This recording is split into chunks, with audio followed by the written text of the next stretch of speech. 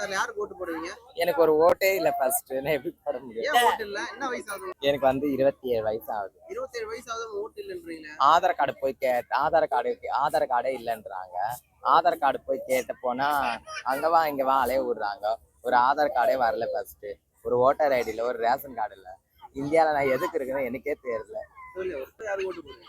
எனக்கு voter ID வந்தா இருக்கிற இப்ப புதுசா வரவங்களுக்கு போடுவேன். புதுசா அண்ணன் சீமான் வராரு, அவருக்கு ஓட்டு போடுவீங்களா? இல்ல விஜய்க்கு போடுவேன் ஓட்டு. விஜய், சீமான் விஜய் ரெண்டு பேர்ல யாருக்கு? விஜய் தான். விஜய் தான். திமுக அரசுல தானே கலைஞர் பாத்தீங்கன்னாக்கா திருநங்கைக்கு நிறைய உதவிகள் செஞ்சுட்டு இருந்தாரு. உதவி செய்யறாங்க தான். திருநங்கைன்ற பேரை மாத்துனது கலைஞர் தானே. கலைஞர் மாத்தினார் தானங்க திருநங்கையில. நான் வேலை இல்லைன்னு சொல்லவே இல்லைங்க. இருந்தாலும் வந்து எங்களுக்கு ஏங்க ஒரு சிலருக்கு கொடுத்தா எல்லாருக்குமே போய் சேரணும்ல. 10 பேருக்கு கொடுக்குற மாதிரி கொடுத்துட்டு நீங்க 8 பேருக்கு கொடுத்து 2 பேருக்கு கொடுக்கலன்னா நியாயமா? அதனாலதான். ஆனா திருநங்கைகளுக்கு எல்லாரும் திமுக அரசு நிறைய செய்யுதுன்னு பார்த்தா சொல்றாங்க. சோ அத பத்தி உங்க கருத்து என்ன? நான் எதுவுமே வாங்கல, அவ்வளவுதான். எதுவுமே வாங்கல. சரி, ஓகே. நீங்க ஏதாவது கவர்மெண்ட் கிட்ட நான் எதிர்பார்க்கறேன், எனக்கு இது வேணும்னு நினைச்சா என்ன எதிர்பார்ப்பீங்க? இருக்கிறதுக்கு வீடே இல்லாம இருக்கிறேன். இதுல என்ன வீடு இல்ல. சார் உங்க பேர் என்ன சொல்லுங்க? என் பேர் ஸ்ரீஜா. உங்களுக்கு வீடு வேணும்னா இந்த வீடியோ மூலமா பார்த்துட்டு என்ன வேணுமோ கோரிக்கை வைங்க. கஷ்டப்படுறேன், ஒரு வீடு இல்லாம இருக்கிறேன். வாழ்க்கையில எல்லாருக்கும் வீடு இருக்குது, எனக்கு வீடு இல்லை, அவ்வளவுதான். சரி, ஓகே. நம்ம 2026 விஜய் பார்த்தா எலெக்ஷன் வர போறாரு. ஸோ வந்து 2026 ஜெயிப்பாரா? அவரு ஜெயிக்கணும்னு நினைக்கிறேன்.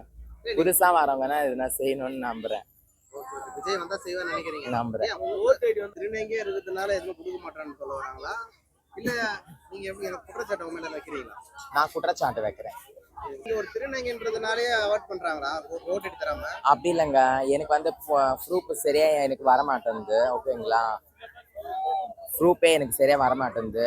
நாங்கள் ஃபர்ஸ்ட் இருந்தது ஒரு இடம் வந்து நான் ஜென்ஸாக இருக்கும் போது ஒரு இடத்துல இருந்தேன். திருநங்கையாக இருக்கும் போது ஒரு இடத்துல வந்தேன். அந்த ஜென்ஸாக இருக்கும் போது ஆதார் கார்டு சப்மிட் பண்ணலாம், மாற்றலாம், சேஞ்ச் பண்ணலான்னு போனேன். அது என்ன ஆயிடுச்சு, வரவே இல்லை எனக்கு. சரி போயிட்டு 2-3 இடத்துல கேட்டேன். ஒரு இடத்துல காசு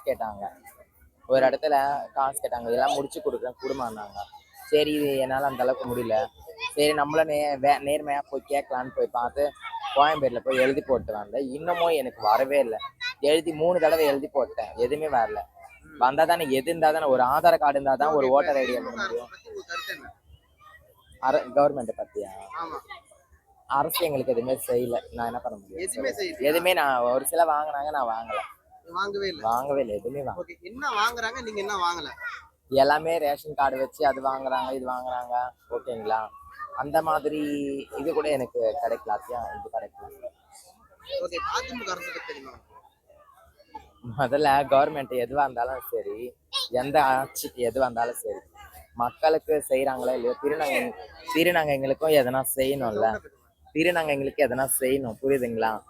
இந்த அரசு வந்து பிரச்சனை கிடையாது. யார் வேணாலும் ஜெயிச்சுன்னு போனா 5 வருஷம் அவங்க வாழ்ந்துன்னு போறாங்க, ஆட்சியில வாழ்ந்துன்னு போறாங்க. ஆனா எங்களுக்குன்ட்டு எந்த ஒரு இதுவுமே தேவைங்களும் கிடைக்கல.